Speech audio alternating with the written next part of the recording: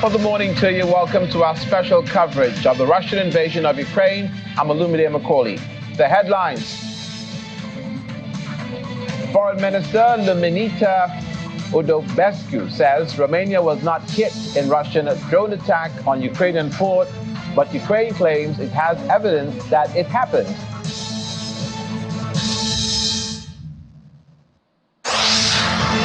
Russian President Vladimir Putin says Ukraine counteroffensive a failure and hopes it keeps failing.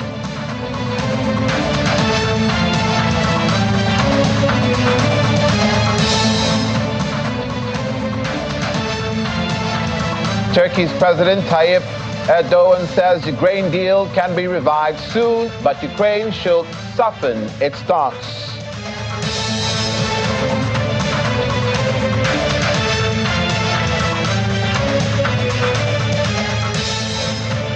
Thank you for joining us. Your Romanian Foreign Minister Luminița Udobescu is insisting that the Romanian territory was not hit by Russian drones or debris in an overnight airstrike on a Ukrainian port across the Danube River. Speaking to reporters, she added that there was definitely a risk of such a thing happening because Ukraine is a neighbor, but for the time being, it was not the case. Udobescu had met with her German counterpart in Berlin to discuss various bilateral issues.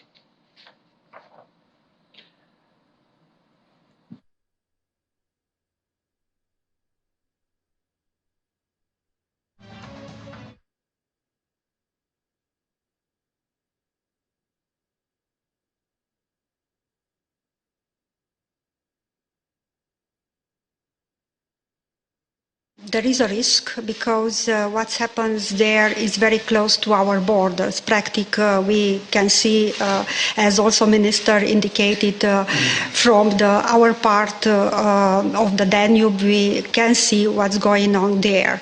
And we have seen that practically Russia cynically attacks and continues to attack the infrastructure, civilian infrastructure, not allowing Ukraine to export their cereals. Of course, there is a risk of accident or incidents, but for the time being, it was not the case. Ministry of Defense and all the institutions responsible in the field monitored in real time the situation generated by the Russians' drone attacks conducted last night against the infrastructure of Reni seaport. The drone attacks conducted by the Russian Federation did not pose any direct military threats against our national territory or Romania's territorial waters. Our Ministry of National Defense continued to implement the enhanced vigilance measures in the ground, maritime and airspace, as well as the measure designated to consolidate the defense and deterrence posture on the eastern flank in accordance with the national and allied plan. Romania condemns in the strongest terms the continued Russian attack on innocent people and civilian infrastructure, including on the Danube, close to the Romanian border. We work with the international community to bring those responsible to justice.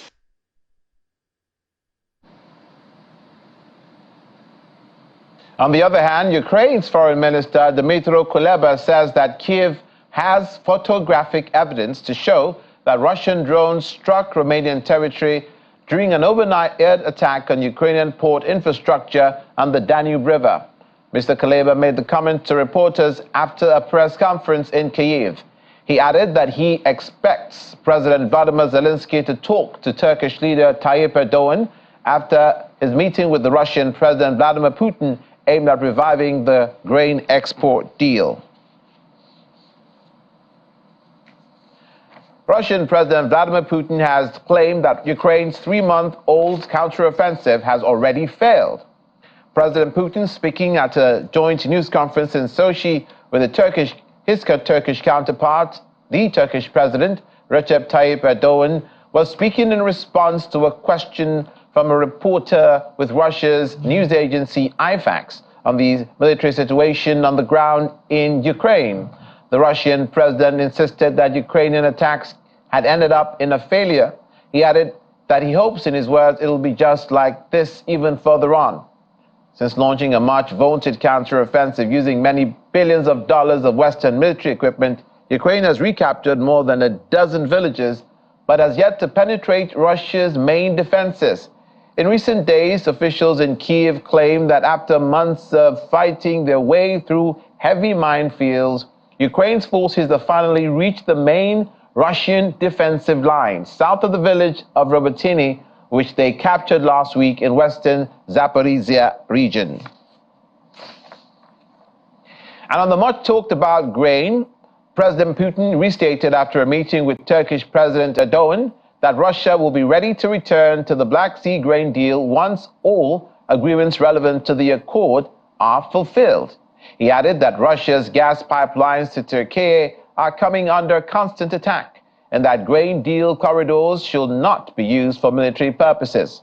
The Russian president explained that the proposal to supply African countries with 1 million tons of grain via Turkey with financial support from Qatar was not intended as an alternative to the Black Sea grain deal.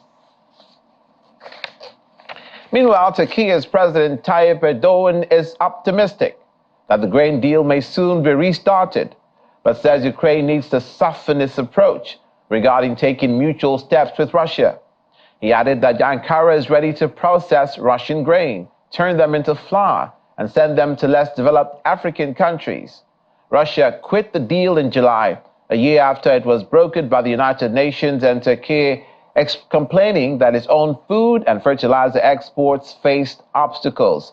Erdogan, who previously played a significant role in convincing President Putin to stick with the deal, and the United Nations are trying to get him to return to the table. The deal was aimed at getting grain from Ukraine to world markets through the Black Sea and easing a global food crisis. Meanwhile, Vladimir Putin, the president of Russia, reports that talks with Turkish President Tayyip Erdogan in Sochi on Monday explored enhancing relations between the two countries to what he called a very good high level. Welcoming his Turkish counterpart, President Putin said he hopes they will wrap up talks soon on creating a hub in Turkey for exports of Russian gas, and remarked on the progress in the construction of the Akkuyu nuclear power station, saying that Turkey was now a full member of the International Club of Nuclear States. However, President Erdogan says the Ukraine grain export corridor was the most important issue in his talks with President Putin on Monday, and that the message after the meeting will be a very important step. In another matter, North Korean leader Kim Jong-un plans to travel to Russia in September to meet President Vladimir Putin and discuss the possibility of supplying Moscow with weapons for the war in Ukraine. In a rare trip abroad, President Kim will travel from Pyongyang, probably by armored train, to Vladivostok on the Pacific coast of Russia, where he will meet President Putin. While in Vladivostok, a port city not far from North Korea, the two leaders will discuss his sending Russia artillery shells and anti-tank missiles in exchange for Moscow's advanced technology for satellites and nuclear-powered submarines. The Korean leader met Russia's defense minister Sergei Shoigu in Pyongyang in July, where the pair attended a large military parade commemorating the 70th anniversary of the end of the Korean War. Ukraine has named a Russian helicopter pilot it says defected over his position to Moscow's invasion after flying across the border in a long-term special operation led by Kyiv. Ukraine's defense ministry identified the pilot as 28-year-old Maxim Kuzminov, who served in the 319th Separate Helicopter Regiment based in Russia Far East region. In a statement, the ministry described how it led the operation in maximum secrecy by first recruiting the pilot after identifying that he was against the Kremlin's invasion. It said it helped the pilot fly into Ukraine and that 2 of the helicopter's crew, unaware of Mr. Kuzminov's plans to go to Ukraine and defect, were killed on arrival after refusing to surrender. Now let's speak to the head of sector at the National Institute for Strategic Studies, which is a governmental research body of Ukraine. Our guest is Mr. Oleksiy Izhak. He is speaking virtually from Dnipro. Good morning and welcome to the program. Good morning. Now, this incident, should we take it as an isolated one where a Russian serviceman is trying to defect to Ukraine? Or is it going to set a precedent? This specific case is a result of special operation by Ukraine, and main aim was to seize a helicopter. And demonstrate that Ukraine can conduct such operations, and not only now, but maybe in future in bigger extent. But as a general, it's not the way that Russians stop the fighting. They just surrender or flee. It's not typical when Russians try to change side and to bring their weapons to Ukraine. It's not typical. So it's more like, and it's exact special operation, a long special operation with this result to seize a Russian helicopter.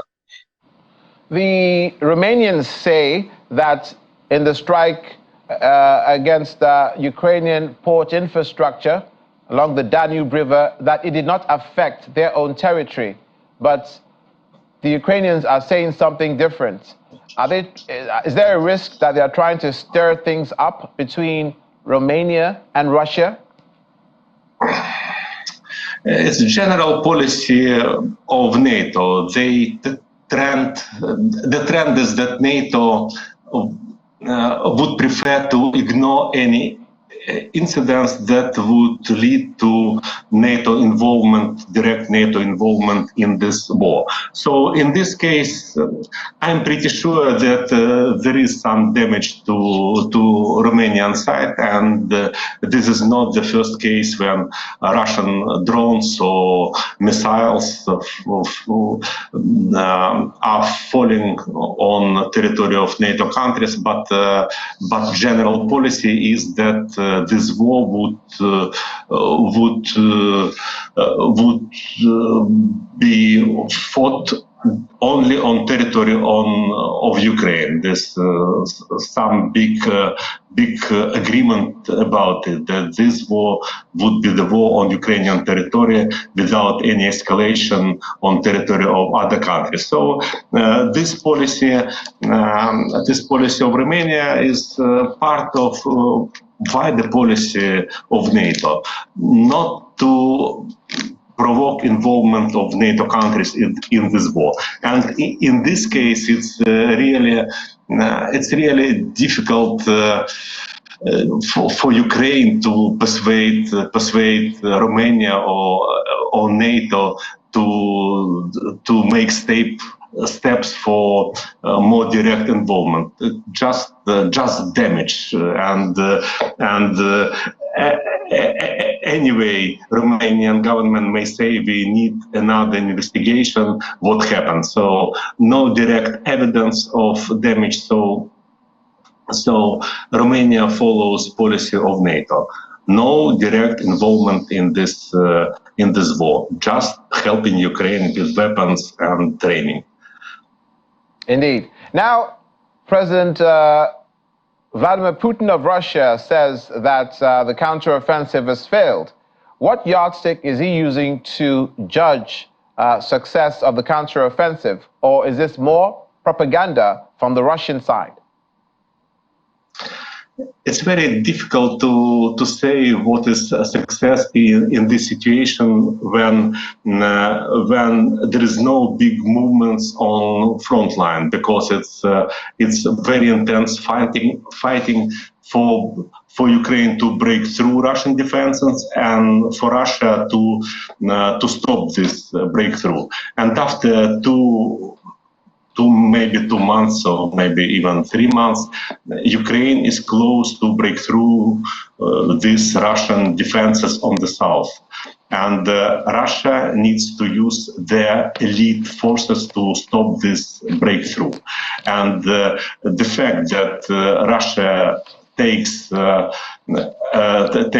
these special forces, elite forces, to stop Ukrainian breakthrough defenses, it's a sign of success. So it lies on behalf of Putin that there is no success for Ukrainian operation. It's a clear success when Russia needs to use their elite forces from all sides, from other parts of front line, to bring to this exact point near Robotina. This place is a small village, really small village in Ukraine, but it's a point where this breakthrough happened.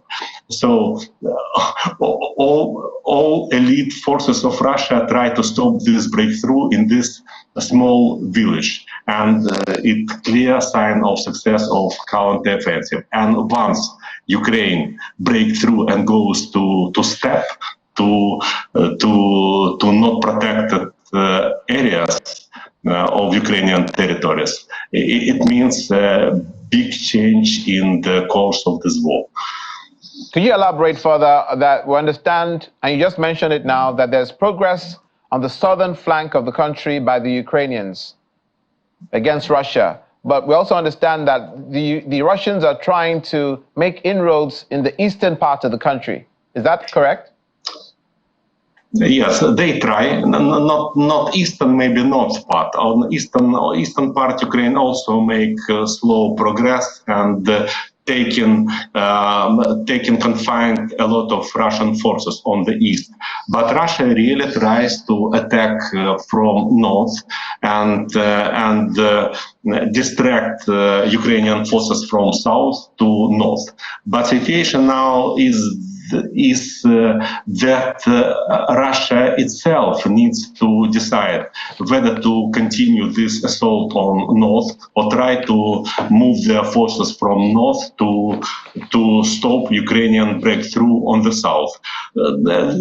Anyway, Russia does not have any big progress in this attempt to attack from north.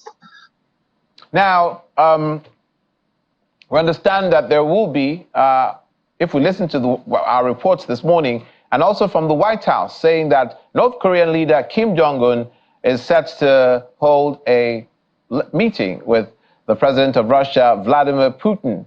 Now, this is coming from the White House. Looking at the global picture of the scheme of this conflict and the sides, both sides, and how it's developing into a situation where there are supporters of Russia and there are supporters of Ukraine, is there a danger that this war is further dividing the nations? The last time a Russian defense minister visited North Korea was about 1991. But Sergei Shoigu visited, I think, in July. So is there a danger that this conflict is causing further divide between the nations of the world? Maybe not in this exact case of North Korea, because position of North Korea was clear. It was clear from the beginning that North Korea supports Russia. and believe that Russian invasion of Ukraine is some sort of just war for Russia to fight against West and things like this. But what is important in this possible meeting is that no transfer of Korean weapons to Russia, and Russia now needs munition, a lot of munition, and Russia hopes that North Korea may provide some munition of Soviet types that may be used in this war on behalf of Russia. But the fact is that no such transfer may happen without Chinese approval. So in this case, in this regard, it's important to see whether Russia would get more than just rhetoric from North Korea, something material. And if Russia gets something material from North Korea, it means that China also supports this war on behalf of Russia. And this is, it's not good to say. But we will have to wait and see what Russia gets from North Korea. Yeah, North Korea needs a lot of stuff. We know that food may be something that supplies of food produce may be something that they'd want from Russia. We also know that the technology of Russia is something that the North Koreans may also want from Russia. So it's something, it's a symbiotic relationship if they do get involved to this degree. Should the United Nations try and dissuade North Korea? Are there any bodies that will try to dissuade North Korea as per supply of weapons? I believe the only party that can dissuade North Korea is China. It's really, but also maybe a general pressure from countries important for North Korea. Anyway, United States are important for North Korea because it's the biggest legitimizer of this country. And if a relation with the United States is good, it means that the world recognizes the regime of Kim Jong-un. And also, I believe North Korea is susceptible to pressure from Japan and South Korea. So I believe it's still possible. The most important is the position of China, and there is no clear evidence that China would allow North Korea to supply weapons to Russia, but we will see. And also general pressure from United States, Japan, and South Korea is also important, and it may, I believe, stop this possible transfer. Mr. Ishak, at the expiration of the Black Sea grain deal, much ado about the involvement of Turkey to try and bring Russia back to the negotiation table and resuscitate the Black Sea grain deal. Everyone was looking the way of Turkey. Now they've come, Sochi, it's been held. What has happened? Is it an anticlimax? Has anything changed? Because President Putin is still saying that until the West meets their demands, Moscow will not resuscitate the deal. But Turkey seems to be saying something to Ukraine about softening their stance. What's your impression? It seems that Russia is not ready to change position, and what restrains Russia is just Ukrainian drones that can attack Russian sea routes if Russia attacks Ukrainian sea routes. But it seems that mission of Erdogan may be successful only in one specific regard, about this project of increasing Russian grain export with financing from Qatar. It's one of projects for Russia to increase their export, but the general aim of Russia remains the same: to stop export of Ukrainian agriculture production and to seize markets previously oriented on Ukrainian production. So maybe it will not be big progress now on retaining Russia to grain deal. So I believe it would be another options. One of this option is export of Ukrainian grain through Dunabi and Romania. Another option is some land routes through European Union, and also there is a project launched by Ukraine to guarantee sea routes in Black Sea by Ukrainian forces itself. So I don't know, but I believe this problem will be solved. But it's clear that Russia is not ready to negotiate. Russia understands only threats and force. We hope that position changes sooner than later. Thank you so much for your contribution this morning. Дякую. Mr. Oleksiy is Дякую. Yeah, дякую вам. Bye-bye. Goodbye. Thank you. After the break, reports from Kyiv claim rumors of new bomb threats in schools. The Heritage for Life Foundation and Green Details in a moment. Please stay with us.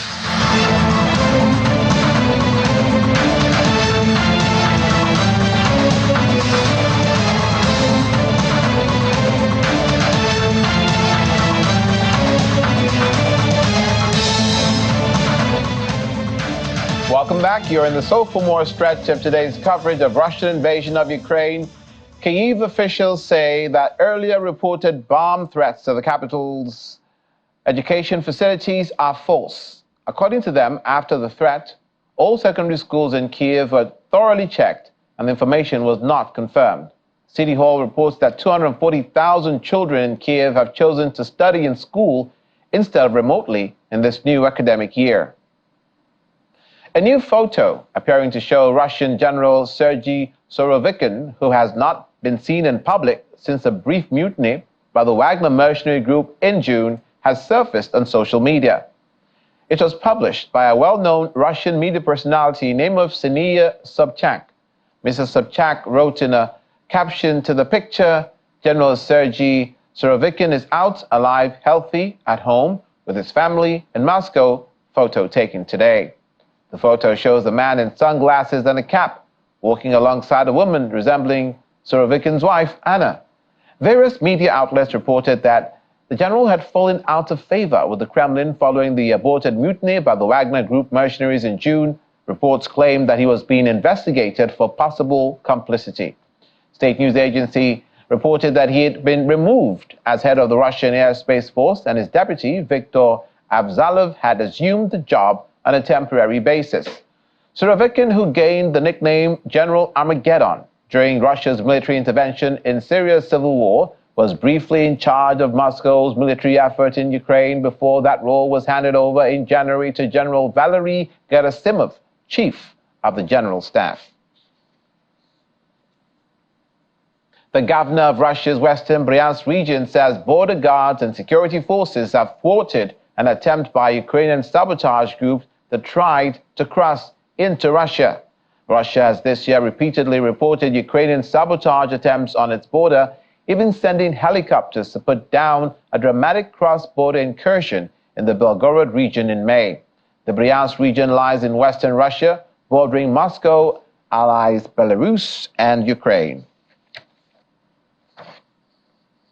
Now we're pleased to bring in an expert on international relations theory in the Lagos State University, LASU, and a founding member of the AFRPN, that's the Association of Foreign Relations Professionals of Nigeria, Dr. Dapo Thomas, joining us virtually from Lagos State University. You're welcome to the program. Yeah, good morning, Olumide. How are you? I'm very well, thank you. Let's begin from the consequences and fallouts of this war against Russia. Certain sanctions, certain disapproval from the international community. and international professional bodies. One of such bodies is the Nobel Foundation. The Nobel Foundation have now disinvited Russia, Belarus, and Iran from the meeting in Stockholm in Sweden. What are your thoughts? Well, I think it has become imperative for, Russia's isolationism or Russia's pariah status needs to be enhanced. If this war is going to come to an end, there is need for the international community via the United Nations. Well, definitely not the Security Council, since Russia has a veto power, but at least from the General Assembly, there is need for a cohesive and collective action against Russia to a very large extent. To a very large extent, I think Russia needs to be isolated completely, because its action in Ukraine is a complete violation of UN Charter of ensuring that there is no kind of aggression against a sovereign state. And for violating this particular sacrosanct principle of the UN, Russia needs to be completely isolated. So when the Swedish government, when the Ukrainians protested, and then the Swedish government accepted their position that there is no need to invite Russian and Belarusian ambassadors or representatives to the ceremony. That's completely in order, and it shows respect for the Ukrainians, and it shows respect for the United Nations. Seeing a nation that is being accused of war crime, headed by a man that is being accused of war crimes, and also a nation, an aggressor nation, participating in any kind of general or any kind of United Nations ceremony or anything at all that will bring Belarus and Russia together into this kind of collectivity would be a desecration of the sacrosanct nature of the United Nations Charter. And so I totally support this position. And I will continue to support such a position, because aggression is against the principle of the United Nations Charter, and it should not be encouraged. So allowing them to participate is a kind of encouragement or inspiration for them to intensify their attack or aggressive actions on Ukraine. It will be easy. So the UN should not be seen to be encouraging it. Yeah, you said? Indeed. No, I was waiting for you to finish. I was going to another question, and it was that it will be easy to condemn President Putin's assessment of the Ukrainian counteroffensive as a failure as being propaganda because of the source of it. But what do you think is predicating this assessment on? Or do we just leave it in the realm of propaganda when you take into account that Ukraine has made some significant gains, even though they've not made as much inroad as they could have? They've done quite a lot in trying to make some gains in certain parts of the country and taking some of the territory back that was previously occupied by Russia. Yeah, I'm inclined to subscribe to whatever the Ukrainians say than what Russia says. Because Ukraine knows that it is under intensive intel assessment by the United States. The United States has more than 3,000 satellites in the orbit, which they use, and they monitor everything that is going on, because they have a stake in this war. They are making supplies to the tune of maybe $70 billion now. So they have a stake. So they monitor everything. So the Ukrainians cannot in any manner engage in propaganda, because they are being monitored by satellite. They are being monitored by the intelligence community of the United States. And then again, the UK has a very powerful intel position too. So the Ukrainians do not have the audacity to say anything contrary to what the United Nations, the United States and UK are gathering from their own independent satellites. So, but for Russia, even if the United States counters that, look, this is propaganda, in any case, the United States does not even have any kind of, there is no need at all to counter whatever they are saying. Everybody knows Russia to be very enmeshed in propaganda warfare. But I don't know to what extent. I mean, even when you are going to do propaganda, there must be some element of logic in it. So what do they want to achieve? The Ukrainians know that they have even confessed, they are making gains, bit by bit, slowly. It's not that they are not making any effort. It's not that they are not even gaining some villages, but they have confessed that they are making some gains. They are taking back some villages, and the Russians are saying, Putin is saying it's a failure. The involvement of Putin personally as the head of, as the president of Russia, shows you the extent to which the Russians can go in embellishing their own their position in the war. Because I do not see why he is the one speaking about whether counteroffensive has failed or not. Yes, he's monitoring, but at the end of the day, the Ukrainians are breaking through their first lines, breaking through their offenses, passing through the trenches and whatever landmines they have already established. So it's not to any. It's not to any advantage to him to be denying or to be saying that the counteroffensive is failing. What I want the Ukrainians to do is just, in any case, they know they have to ignore whatever propaganda is sent. Whatever propaganda machinery that Putin is putting out there. They have to be focused. Just be focused. Go on strategically to achieve your own goals. You have goals, so do not be distracted. And just like the first question you were asking about this Romania thing, it's not necessary.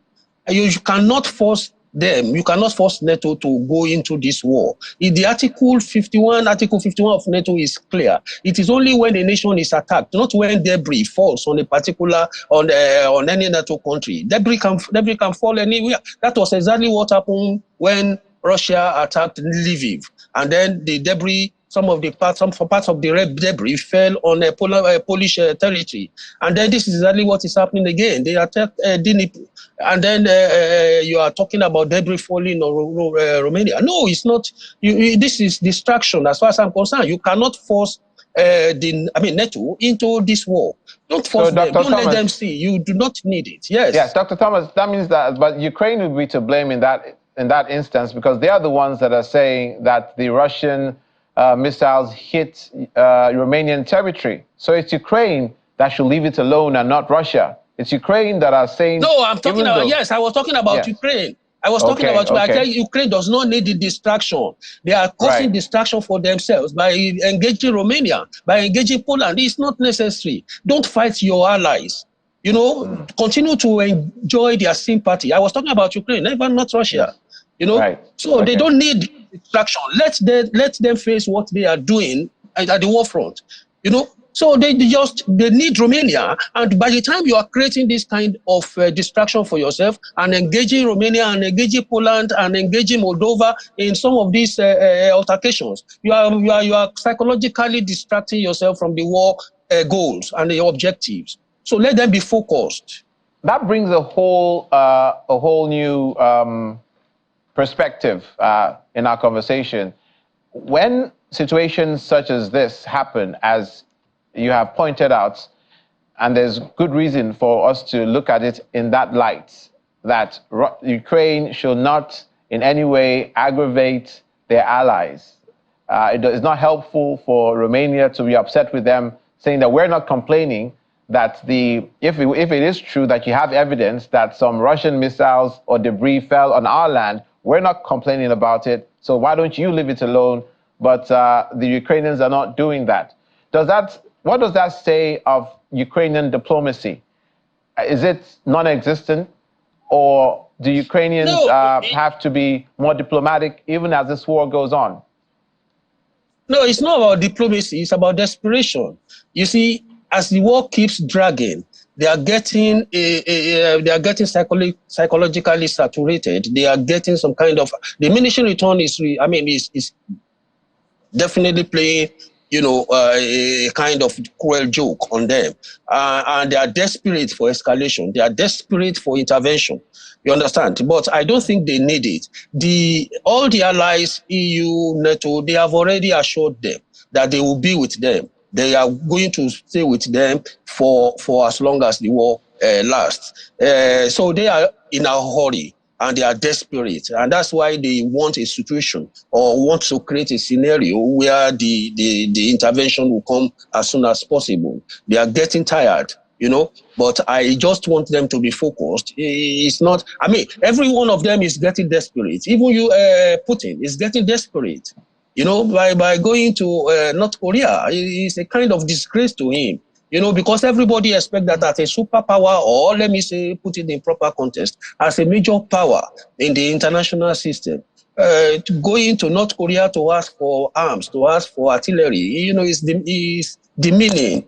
I don't see US going to Uruguay, going to any of these South American countries, or going to Canada to beg for ammunitions or to beg for artillery. It's a disgrace. So the two parties are desperate because the outcome of the war is not as clear as the two of them had expected.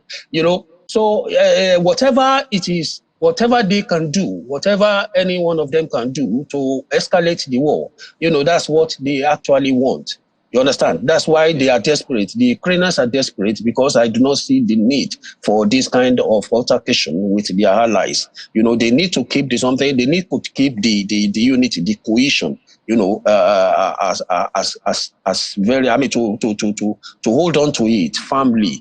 You understand? So, but you did it during the Polish thing when it landed on Poland. Now it's Romania. It can be Finland tomorrow because number one, you share borders with most of these other Eastern European nations, and then you share border with most of the NATO allies in Europe. So you don't need to do that. Let them be focused. Let them strategize. Let them keep going, breaking through these trenches, breaking through the landmines, breaking through the front lines, until they achieve their objective.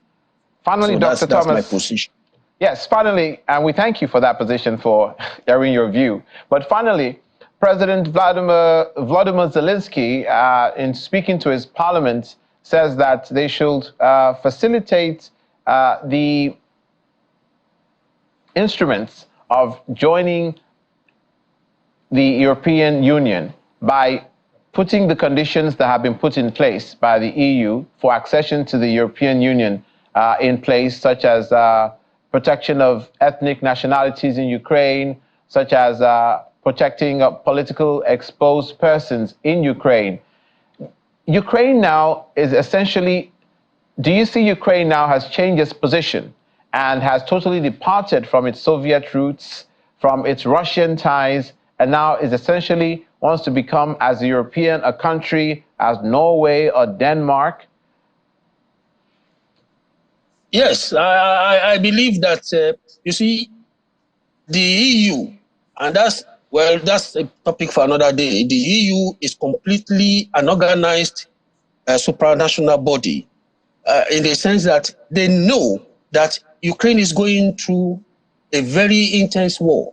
At the same time, they are saying that the values of the organization still have to be considered. If you are talking about accession, you must preserve the values. And what are these? One, human rights, preservation of human rights. Two, you must have all your anti-corruption agencies must work, and as much as possible. I think the Ukrainian leadership is doing that. Ukrainian leadership is completely doing that because you have seen 2 times now or 3 times, he has fired some of his trusted guys, some of his trusted generals. He has taken them away from their positions because of corruption. That's one. Then 2, even that is still also doing this human rights enforcement. The civil society is functional, powerful, even during this war. Those are the things that a nice body should do, an organized body should do. And I do not see because they are desperate to also come into EU. They are desperate to come into NATO. So I think for them to be doing this simultaneously as the war is going on, because nobody wants any excuse. The EU, the NATO, they don't want any excuse at all, because there is war going on. Then they must overlook or ignore whatever anti-humanitarian, whatever violations that are going on in the human rights, whatever human rights violations that are going on, and then encourage corruption. So you must continue to pretend as if your nation is intact. The war should be as an aside. You must focus on all these things, and then that is the only way we can see that you really mean business. In fact, if you completely do this when the war is on, then that shows that even without the war, you do better. So it's very encouraging. I like the way they are monitoring them. I like the way because these are people giving out the arms, and they don't want to see the arms and the fund, the money they are giving to be siphoned and not to be used for the purpose for which these things are being given.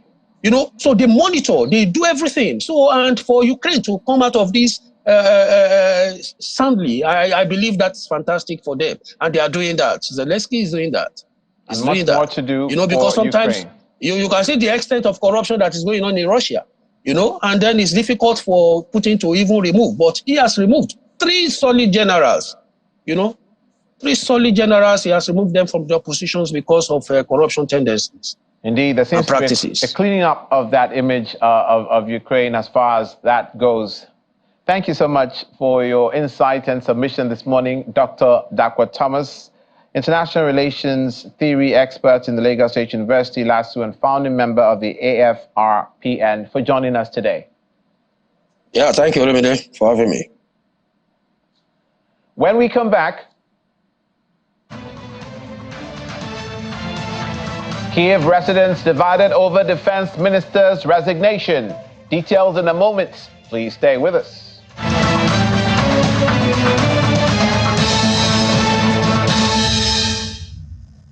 Thank you for staying with us, and welcome to the final stretch of today's coverage of Russian invasion of Ukraine. We'll turn our attention to the business side of things as the war continues. Our business correspondent, Ini John Mekwa, is in the studios with us to furnish us with more details. Ini, good morning. Good morning. Western officials to warn United Arab Emirates against trading with Russia. Firstly, are the Saudis, is the UAE likely to listen to them? Well, I wonder.